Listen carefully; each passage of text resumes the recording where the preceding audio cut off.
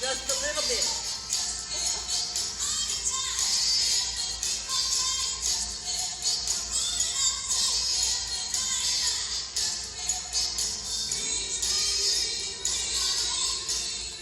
Waking everybody up. R-E-S-P-E-C-T. What are we talking about today? Respect. You go, Ann. Respect. I know everybody in here. Hi. It is one of our mission values, and I get the opportunity to talk about that as each one of our town halls pick one of our mission values, and today it is respect. So we're going to talk a little bit about that. What does respect look like at the Nazareth Home workplace for you all? Give me an example of what respect might look like when you're working here. Knocking on the door. Knocking, thank you. Knocking on the door before you go in an elder's room. Very good, yes.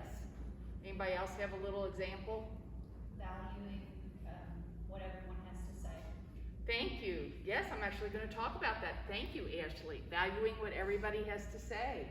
All are welcome, and everybody's opinions are important. So, anybody else? You're an active group. I love that. Following the rules. Following the rules. Jen's gonna love that tie-in. Yes, so all those things, and a lot more. So we can see it, respect covers a whole lot of issues that we deal with every day. It means, to me, treating people with courtesy, kindness, and politeness. It's saying please and thank you, an open atmosphere. It encourages everybody to express their opinions in a positive way without being kind of judgy or gossipy. Ain't nobody got time for that. And then it also allows people to feel valued and appreciated for what they bring to the table. So how might respect make our work lives better? Well, first of all, having an environment that is respectful helps people to know that they're supported, not only when things are challenging or chaotic on the floor, but their everyday work. They feel supported. It reduces our stress when you feel like you're part of the team and the part of the team's going to have your back. It supports stronger collaboration.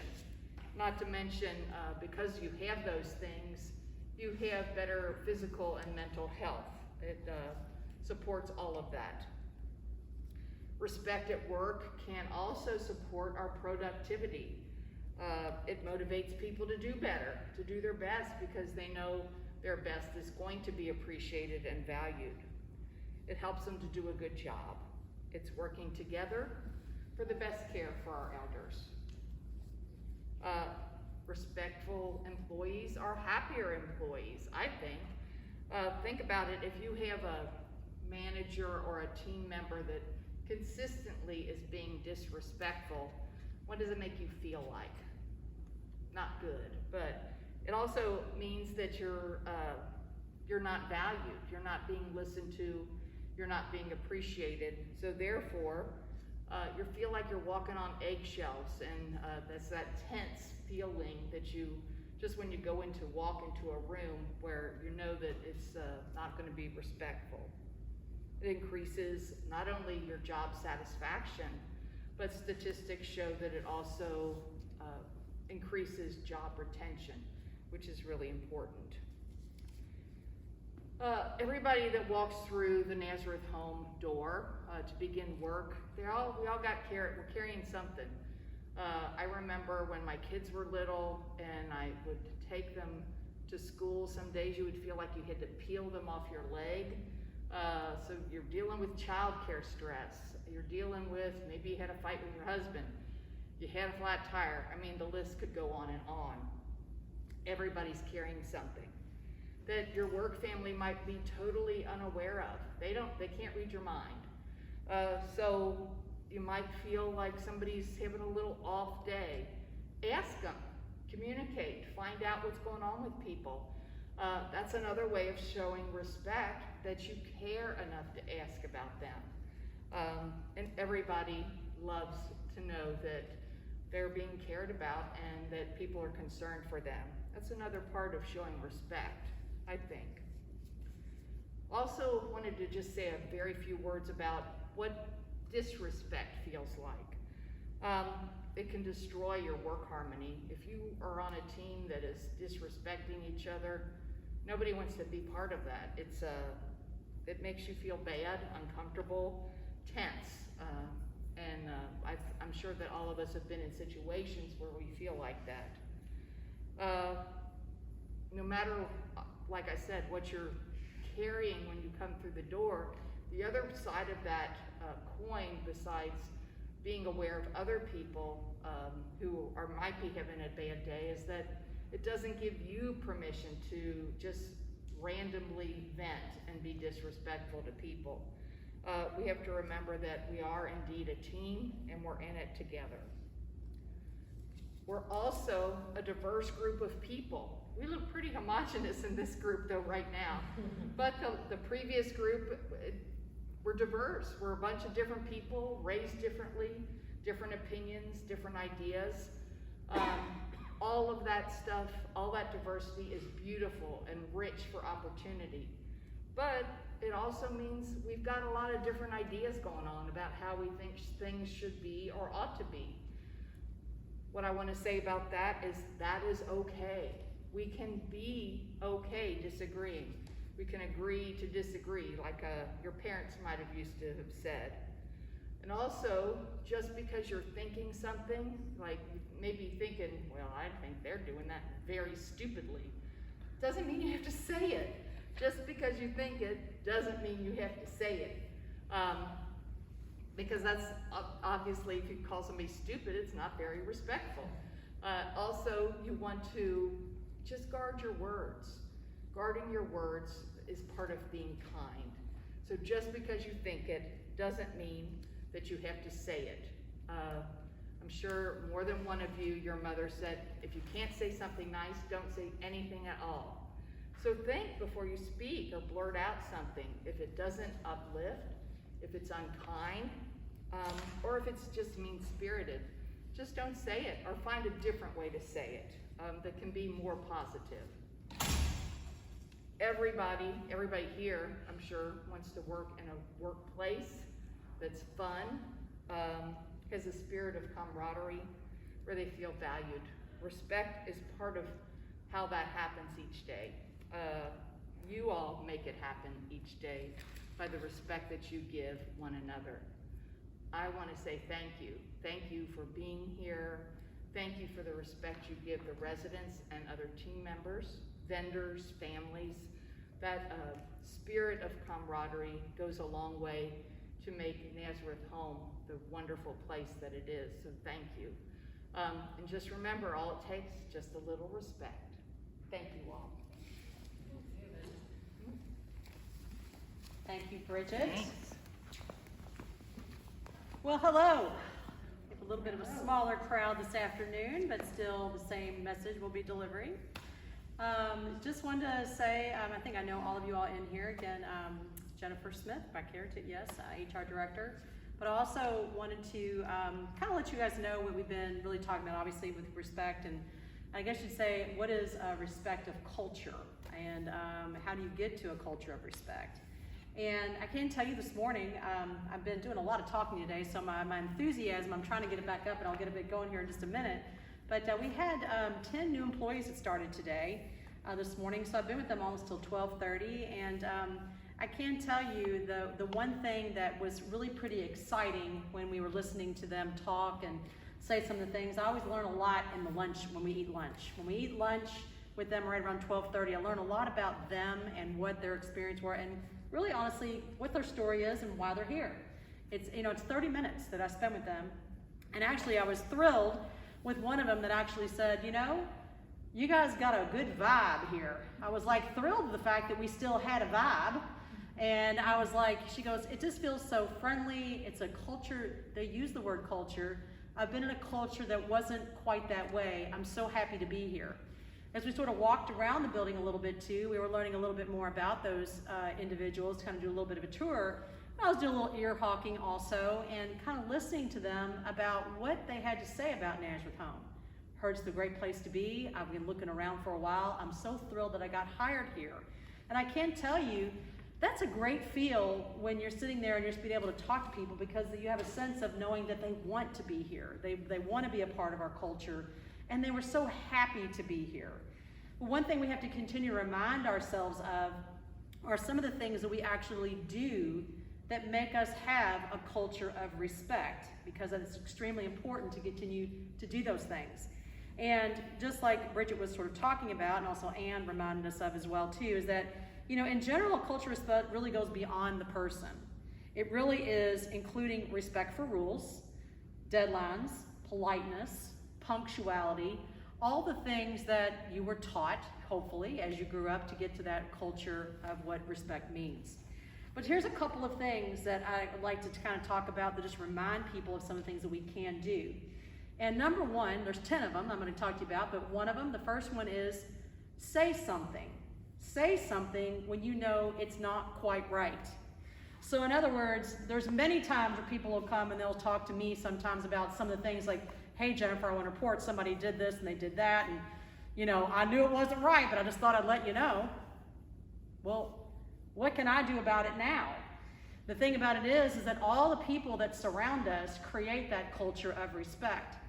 Meaning that, for example, parking. Oh gosh, the parking police. Don't let Jennifer find where you've parked, right? You want to report to me where you've parked, but here's the one thing I also asked today in orientation. I talked to them about parking. I say, you know, please don't park in the visitor spots. That's really all I should be able to say. But also I wanted to explain to them, I said, hey, do you have any idea how much it costs to live in a nursing home? And one girl said, what do you mean, monthly? I said, no, I said, just about on a year. How much do you think it costs per year to live in a nursing home? She said about $50,000. I said, how about doubling that? And some. It was like sticker shock. She said, over $100,000? And I said, yes. And I said, do you not think that people deserve to have a spot to park for people to come and visit someone that's living here, because they just want to stop in? And guess what? Even if it's 10 minutes, how frustrating that can be if someone's paying that much money. They're in the greatest place on earth. I think we had somebody last week talk to us, called us the, what were we? Oh goodness, it was so funny. The Ritz of nursing homes. Yeah. Not the greatest place on earth, that's Disney. But anyway, back to that, saying that they're in a great spot and they're so happy to be here, yet they can't park. Now, how simplistic that is, to where it is frustrating. I've got a couple receptionists in here too. They probably hear the wrath of, you can't park in this place. They kind of go around everything too. They're driving around just to get in here. And you know, people deserve to be able to come get in and get out and that kind of stuff too, because we want them to visit. They want to. And then I had somebody one time that said, well, I thought we didn't have rules around that anymore. That's when we didn't have visitors, but they're back. So again, the logic behind that is the reason we have that rule is the courtesy and the respect that we deserve to say, you know what, we're going to be here all day. We're going to park a little bit away because people need to be able to come in and out of the building. It's not because it's a rule that's established by the HR department. There's a reason for that. Cell phones are another thing. Say something. If you see somebody walking through a hallway and they got it on a speakerphone, now people will do that are visitors. We can't really control that. But also remember, when you're on a cell phone, keep it silent. Or if you need to take a call, step away, but also come back. If you're in the process of taking care of a person or a resident that's living here, tell that person, you know, I'm so sorry, I've got a phone call, but I'll be right back. But the courtesy and the respect that's returned is coming back. When you follow through on your word, that develops the respect that you tell that person, look, I know I got to do something, I'm going to come right back. But also, if you don't come back, then the phone call became much more important than the respect that you're given to that resident. Smoking on the grounds. The other thing is too, is that, you know, we want to make this place beautiful, but really we don't want the building to burn down. We don't want people to smoke on the grounds for the beautification, the butts and everything too, but if that cigarette butt gets in the wrong spot and we get really dry here in Kentucky, we could build the building down. That's a huge fear that we would have, and it's for the safety and protection of everyone here. So that's why we ask people to do the right things. It's simply easy though to not say anything. But if you say something, You know it's not right, but it's also the delivery of how we do that respectfully. You know, there's reasons for that. You know, we shouldn't be doing that. It's so easy to join the crew and go, you're right, let's just go do that. Nobody's gonna catch us. It's not a matter of catching us, it's showing that culture of respect of why those rules exist. Number 2, smile. Just simply smile. I had somebody say, you can't see my smile anyway through the mask, and I said, sure you can. Can you tell me right now that I'm not smiling? I was going to, you can see I'm smiling right now, can't you? Of course you can. You can feel a smile through people's body language and everything else. Again, a culture of respect, of just being happy and a simple hello, a welcoming to the people. Again, I've done it all day long today, as well as every day. Whenever we see that, I think we do a really good job of that here at Nazareth Home. We're always accused of being friendly. What a great accusation of being accused of being friendly, because it makes people feel good, and it's an act of courtesy and kindness. A third thing, a simple thank you. I can tell you we've got a couple queens of gift cards, and not gift cards, but thank you notes in here. I know they come out all the time. An old-fashioned thank you note, a simple thank you to say to somebody, just you get into a habit of that, and it comes out of your mouth. I'm so proud of even my two young boys that came and grew up in college. They say thank you to the drive-thrus. It's just a thing we say all the time. They're constantly saying, I'm so proud of that, and that's something I see here as well. We just have to keep doing that because, again, it's a culture of respect for the service you've been provided and giving a thank you back to a coworker or anyone. And also, the key is making sure it's with sincerity. It's easy to say thank you, but it's also much easier to say thank you so much. It's the same thing. It's a sincere thank you that means the most. Also, be considerate and discreet, mindful of your surroundings. It's so simple to be walking through the halls, and if we have a problem, if you're walking through the hallways and all of a sudden something goes wrong, to just want to talk about it right there in the hallway. Or also the act of in the evenings. Remember, we have some people that go to bed early at night. They go to bed early. Worst thing I ever heard, they're not here anymore. Somebody actually said to me, it doesn't matter, they can't hear anyway. Are you kidding me? Are you kidding me? That person lacked the respect and the courtesy of keeping it nice and quiet. And again, that person doesn't work here anymore because they didn't understand the concept of respect and courtesy to each other and the people, especially the elders that live here in their home. Even though it was 7:30 in the evening in that particular hallway, there were people that were asleep. And it's just their time that they turned down. So again, mindful of all that, our volume, where we are, and the people that are surrounding us. Number 5, apologize. When you apologize to someone, that is courage. When you have the ability to actually say with no excuses, I screwed up. You are exactly right. I screwed up. Thank you for that. Let's start over. But if you say, well, you know, I had this and this happened and it was a bad day and everything else, and then you want to then say I'm wrong, it's different than just saying the act of, you're right, I screwed that up, and move forward. It's a sign of showing that you're human, but it's also courageous, and it's also a form of being polite and respectful to the person that's actually saying there's something wrong. Number 6, participate constructively. If you have a group meeting or it's something that you want to talk about with other people, or it's in a group setting, it's nothing worse than when you have to sit there and you have to listen to a 10 minutes of someone just kind of talking about their problems, their challenge and everything, and it's off topic. People don't want to really do that. They want to talk about what the meeting was about. They want to resolve that meeting, but if you spend 10 to 15 minutes of not topping on topic, that's disrespectful of people's time. And you want to be able to show that respect to those individuals and give that full attention and stay on topic for that. Number 7, respond in a timely manner. If you get an email, if you get a text, if you get a request on the floor from someone, in a timely manner, meaning saying, oh, you know, I just kind of forgot about that, or that really didn't, I don't really know what you're talking about. You got the email, you got everything else, but also a timeliness of that so that it shows that that person, you value their time. Even if the answer to that is sometimes not necessarily the answer, you at least acknowledge that you got it, it's okay, and move forward and say, I'll get back with you, but you've acknowledged that you got it, even though you don't have an instant response to that. Whether it be email, whether it be on the floor, whatever it may be, but timeliness is important, and continue to make sure that you do that correctly. It's also sharing openly also invokes trust and confidence in each other when you do those things, and it becomes a habit for everyone. Number 8, go the extra mile. Doing extra things for people that they might just be little bitty things. It might just be saying, hey, I'm covering. I got somebody covering for Kathy right now too. Someone's taken up and saying, you know what, you going into the town hall meeting, I'm gonna cover for you. That's somebody that's going the extra mile, because guess what? You in turn will do a favor back to that person. It's just part of being human, but also a courtesy and a respect for each other to be able to do those two particular things. Number 9, being reliable. This is such a big thing nowadays. I can tell you, this morning, again, talking with our new employees, we spend quite a bit of time on attendance, believe it or not. I've always been asked, you know, in the many, many moons that I've actually been doing HR, what's the one thing that you would probably, you know, like to be able to do, or something that you've had to unfortunately change quite a bit? It has to do with attendance policies. We could write a policy every single day that talks about some of the things that we want behaviors to be, but the best employees are the ones that are reliable, meaning that we could talk about policies, procedures, and everything else, but then when you have points and all those other types of things that go on, that's not anything that you want a policy to drive, but you want somebody to be able to say something to the effect of, I can't be there, but I'm going to be there, call, I've got about 10 more minutes, especially when we're talking about people on shifts.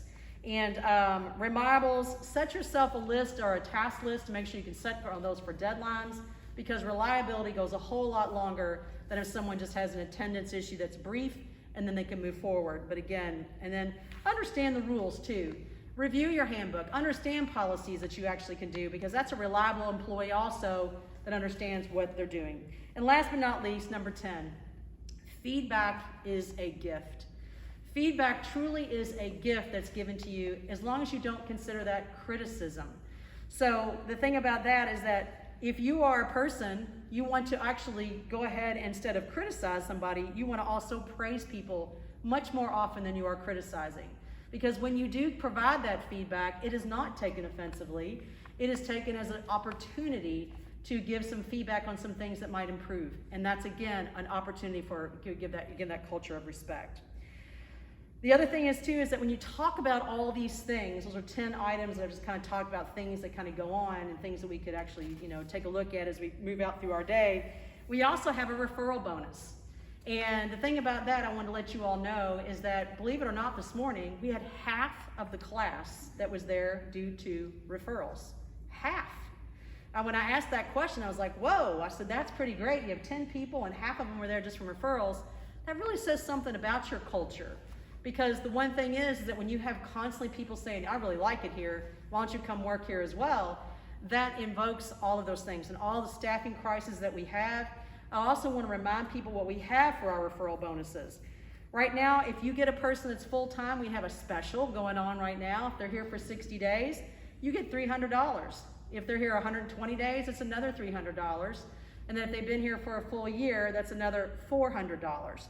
For full-time or regular part-time staff that you bring to either campus, any department that's needing to fill those voids. And then finally, the only other thing I also want to let people know is that we also have the Saunders King Scholarship Program. This is our second year for this. Melissa has sent out some information about that program, and the deadline to submit an application for that is actually July the 6th. Right now, you do have to be here for 6 months. You have to be full-time or part-time in good standing, and there is a $1,500 reward for each semester, so a $3,000 reward for schooling. And I just want to make sure that that's done, but you definitely have to get those applications in by July the 6th. So that is my information that I wanted to share, and I'm hopeful that I'm really happy that I was able to talk to those things, because again, I do feel that there is a great job being done here at Nazareth Home. And I want to make sure that we continue to offer that culture of respect, but just reminding some people of the things that go on, that we want to make sure that we're all on the same page. So I thank all of you. Thanks, Jennifer. You're welcome. Good afternoon, everyone. It's good to see you. Thank you for being here every day, and especially this afternoon. I know it makes kind of long. So why is any of this important? Why are we talking about culture? What does the culture do for us? Hopefully it allows us to thrive. It allows us to be our best. It encourages us. So the number one thing on my mind always is you. I think if I polled you and I asked you why you're here, what would be your answer?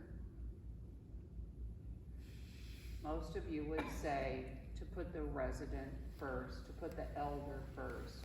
I'm here for the elder. Well, here's what I know. If you are not feeling your best, feeling supported, feeling the love and care of the people around you, you're really not able to give that, right? Would you agree with that? I always say I was born in the country, and here's what I learned. If mom ain't happy, Ain't nobody happy. ain't nobody happy. So forever on my mind is the strength and sustainability of our organization, and I know that that can only occur through people like us who feel our leadership, feel the difference we make, and that we are working in harmony with each other. So 3 months ago, I talked with you a little bit about the Pulse surveys, the Engage program that's a part of On Shift. And today I want to show you some of those things. But first, I also want to do some of those State of the Nation facts that I did 3 months ago. 3 months ago, we talked more about census because that was certainly on our mind. Our census had taken a real dive through COVID, and that dive really impacted all of our spirits. It impacted us economically, but certainly our spirits. We felt a little uncertain. So now that's back. I don't think we need to talk about it this afternoon, but I do want to talk about some of our facts. So Miss Melissa here is going to assist. I'm going to scoot by these Clifton slides just for the sake of time, because I know we kind of went a little over the last time.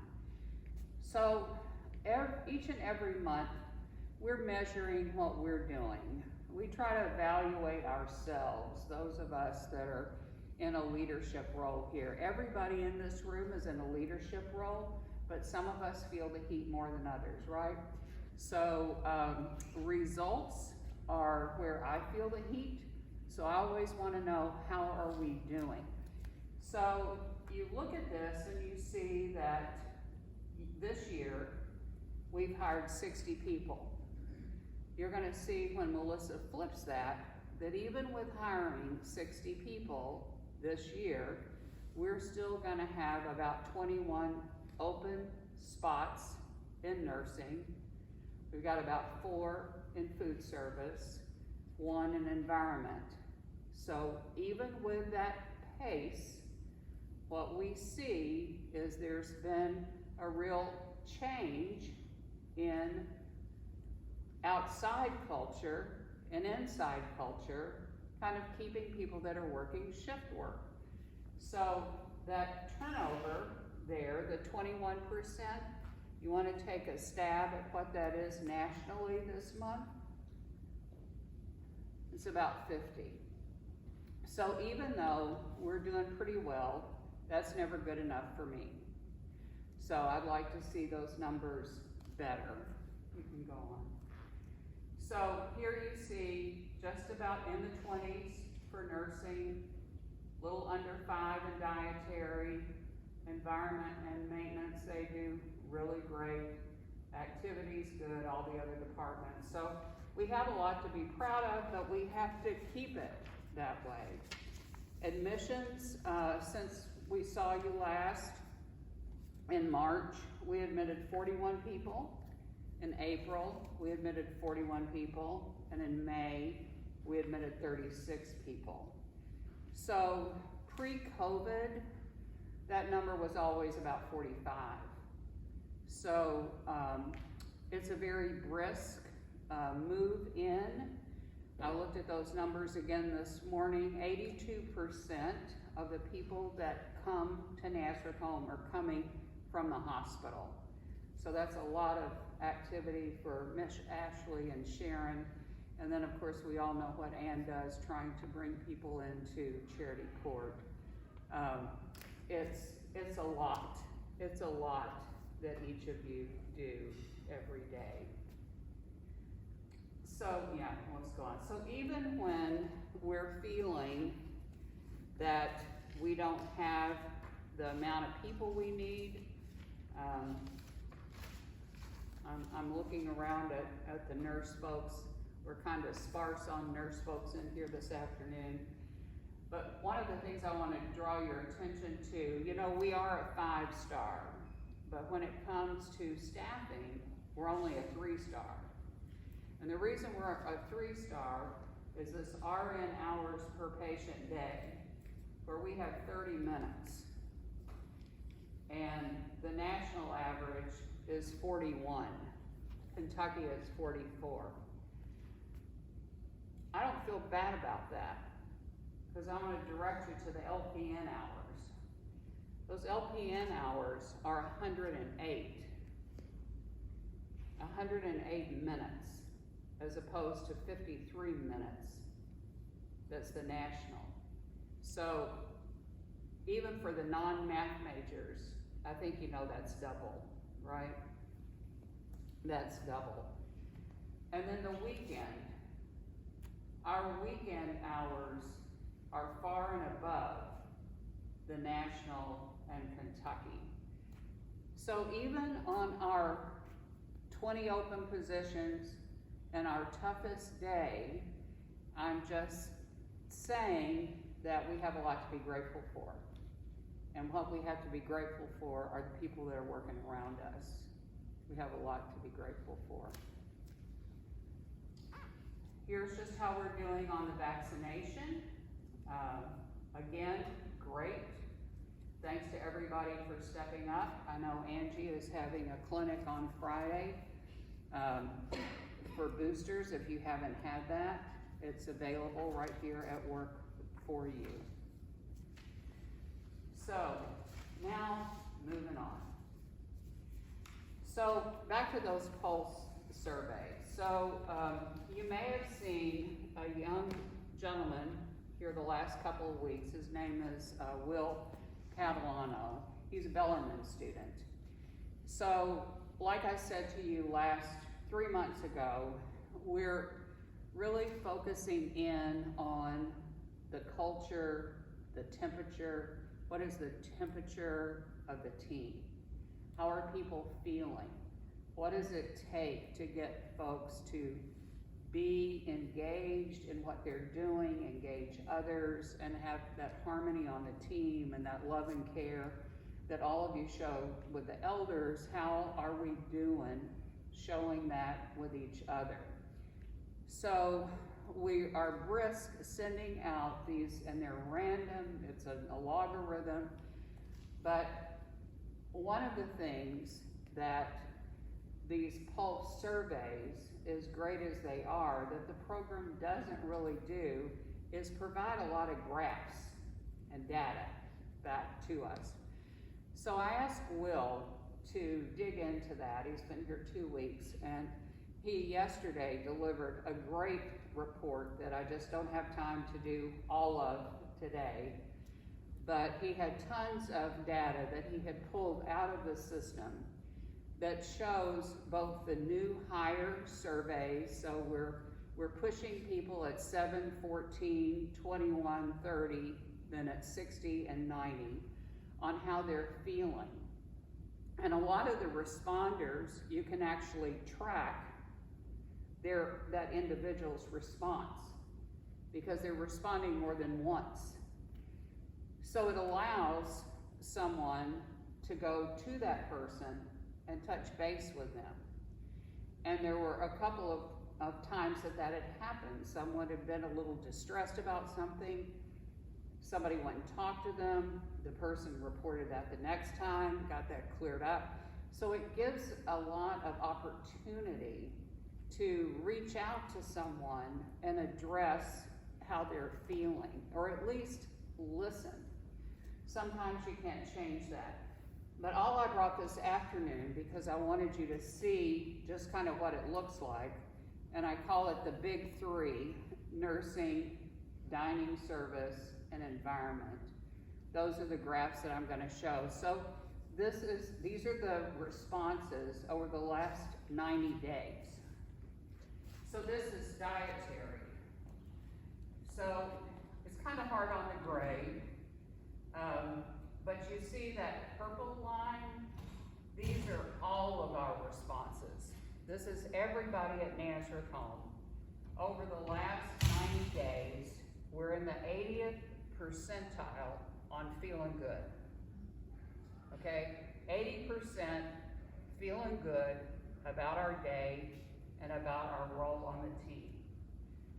This is dietary in particular, and you'll see that 90 days ago, 3 months ago, they were in the 70s and 80s. And then last 7 days, crept up 100%. The people that responded were feeling good. And then the current week, everybody that answered, they're feeling good, 100%. You can't get much better than 100%, right? So, awesome, awesome. Next is environmental services. Steady folks. Again, that purple line is all of us. We're in the 80s, 80, 85. Environment, last 90 days, 98, 99, still trucking right along, 100%. There, doing great. And then we see nursing. And of course, keep in mind, nursing, there's a lot of us, a lot of nursing. And it's shift work, it's all 3 shifts. It's a different animal. I think this is pretty respectable, but yeah, we'd like it to be better. So there's room for improvement. So again, all the people, we're average, we're in the 80s. Nursing is just a little below that. So opportunity to grow. So I want you to know that these measures are really what I call leadership information. It's really a measure of how the leaders are performing in terms of communication with folks around them. Yes, indeed, it is also a measure of the team, because I'll tell you, I've read a ton of these, and some of them say, well, it's just, everybody's just mean. Somebody said that. So everybody's just mean today, okay? So indeed it is a measure of what's going on in the group, but I want you to know the responsibility that people like me feel towards this data. Because I want it better, and I want to know what we can do both individually and collectively to get to that 100%. At least I want to break 90 when it comes to this large group. So thank you for filling them out. Thank you if you don't fill them out, if you have something to say, if you want to give a suggestion, please do that, because it's only through feedback and process improvement do we get better. So here is the really great news of this afternoon. So, we've gotten so many achievements. You know, earlier this year, we were listed U.S. News and World Today, top 10 nursing homes among the nation. We've had all sorts of local awards, and often those are our clinical reports, or it's something that I write, or now Melissa would write, that we would be granted some sort of recognition award. This one right here with Business First, the top workplace, that is all based 100% on the staff satisfaction surveys that you completed. So thank you so much for completing them.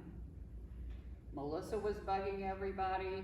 Kim Hobson was standing at the door, nailing people as they came in. I don't think we were supposed to do that, but she was doing that. I was walking the hall saying, if you filled it out, if you filled it out, if you filled it out. Some people said, I don't think you're supposed to ask me that. Okay, well, I just asked you, I hope you filled it out. So we did it. You did it. And why is that important? Why is this right here important? Attracts more employees. Yes. It attracts more good people, because good people want to work with other good people. Contributing people want to work with other turned on people. But it also, the people that we serve, they are living in a world that not much good is said about places like ours. And there's not a lot of trust. So when they see Nazareth Home up with Independence Bank, do people trust the banks? Kinda, right? But when we are listed among those other 50 businesses in Louisville, and it only came out yesterday, I haven't studied up, but I think we're the only healthcare entity. Maybe one other. So it's a good measure of a responsible, caring group of people that want to do something good. And other people want to join that. So thank you for being here. Thank you for all the work you do. Thank you for stepping up to complete this survey, because what we're all aiming for is to have more of us sticking together, being the sort of people that really want to deliver what all of you say you want to deliver, which is really love and care to the elder and that family. Because it's only through teamwork do we build that safety net that lets us support that elder and his or her family. Because all day long, you're pouring out. You're pouring out, you're giving. And you deserve a team that holds you up. And that's what all this afternoon is about. So thank you for being those people that hold each other up. Thank you so much. All right. It's a wrap.